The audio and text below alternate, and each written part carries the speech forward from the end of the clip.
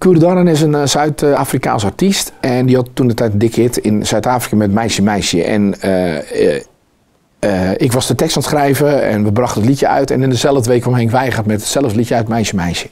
Hij heeft in het oosten en het noorden hier heeft hij heel veel succes mee gehad. Ik eigenlijk meer bij ons in het westen.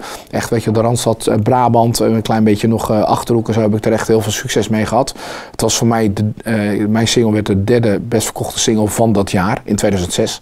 Je had Borsato op 1 met Rood, André van Duin op 2 met een liedje en ik de derde. Volgde echt 10.000 singles van dit liedje. Dus eigenlijk een beetje onderschat hoe goed het liedje het heeft gedaan. Maar wel een van de favorieten. We hebben een remix ervan gemaakt afgelopen jaar, 2 jaar geleden. Ook weer, hè, want het liedje was van 2006.